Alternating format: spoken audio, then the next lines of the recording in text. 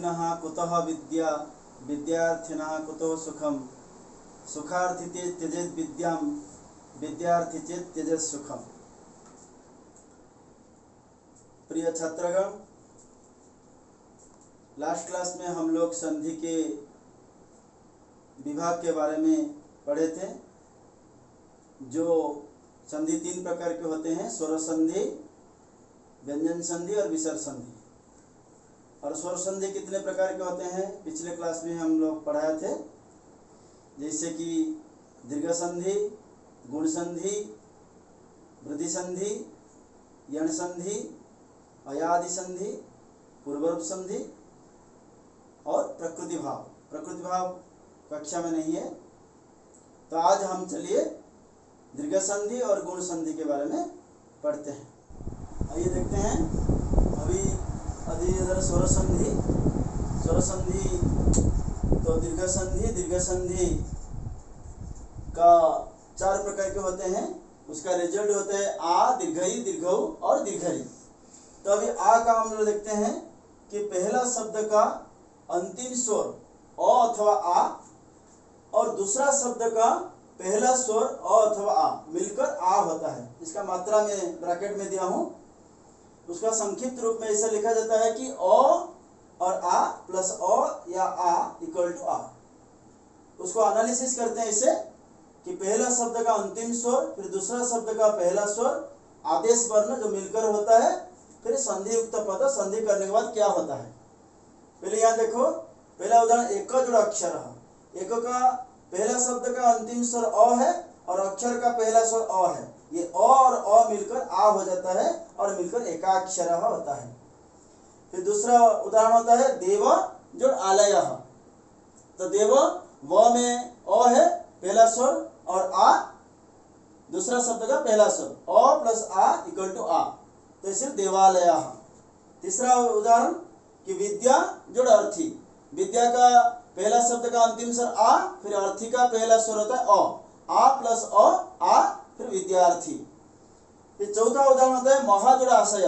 महा पहला शब्द, उसका अंतिम स्वर आ, फिर आशय दूसरा शब्द, उसका पहला स्वर भी आ होता है, इसलिए आ प्लस आ इक्वल टू आ होता है और मिलकर हो जाता है महाशय। दूसरा हम देखते हैं दीर्घ संधि का।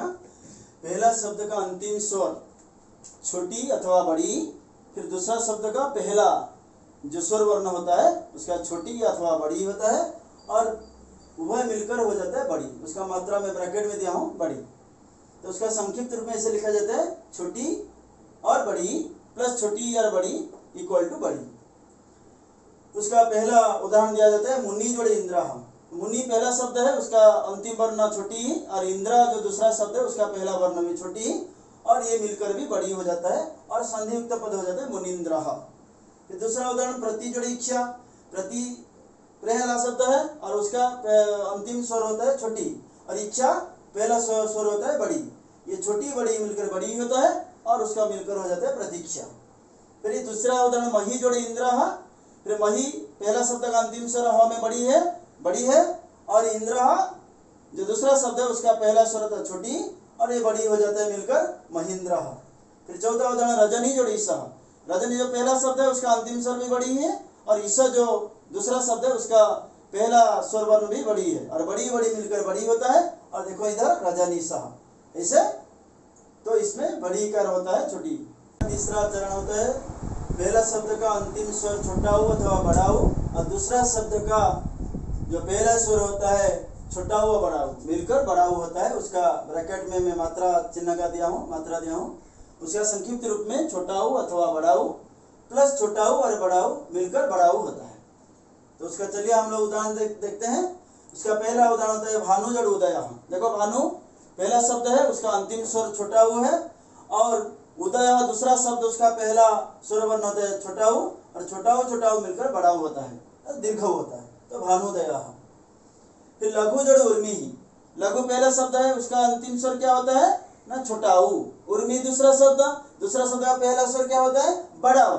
छोटा हो बड़ा हो मिलकर बड़ा हो होता है और मिलकर हो जाता है लघु उर्मी। फिर तीसरा उदाहरण क्या है वधु जड़ उपदेश। वधु पहला शब्द है, वधु शब्द का पहला जो शब्द है उसका अंतिम स्वर क्या होता है ना बड़ा हो। फिर उपदेश दूसरा शब्द का पहला स्वर क्या होता है ना, छोटा हो, छोटा बड़ा हो और छोटा हो मिलकर बड़ा हो जाता है, और उसको मिलकर हो जाता है बधूपदेश। इसका चौथा उदाहरण क्या होता है ना, चमुजड़ ऊर्जा।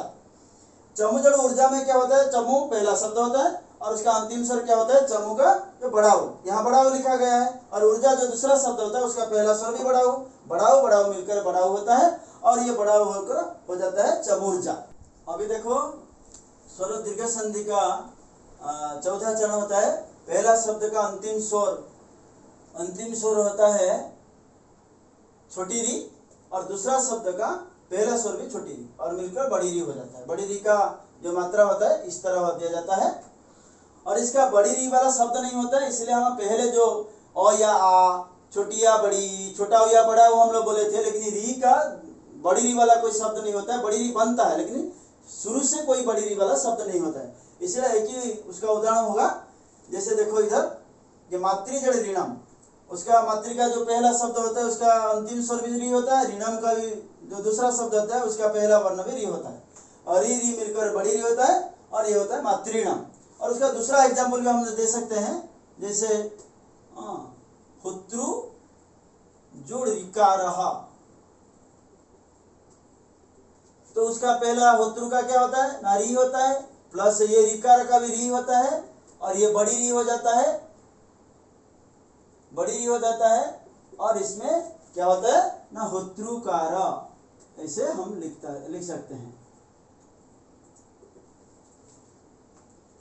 और हम लोग अभी दीर्घ संधि के जो 4 प्रकार के हम लोग पढ़े हैं, और हम चलते हैं गुण संधि के बारे में पढ़ेंगे। अभी गुण संधि, दीर्घ संधि के बाद हम गुण संधि पढ़ते हैं।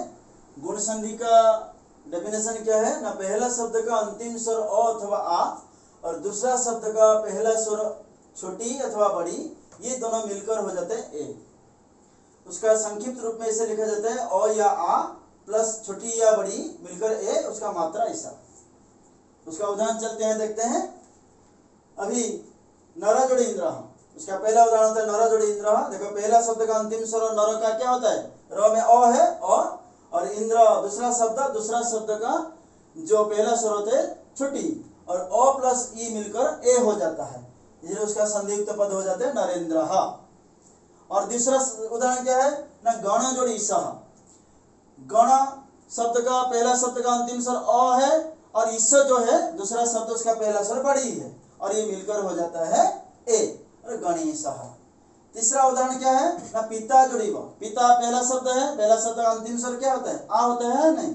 फिर इव दूसरा शब्द है, दूसरा शब्द का जो पहला वर्ण छोटी होता है, ये आ प्लस छोटी मिलकर ए हो जाता है, पिता जोड़ी इव पितेव।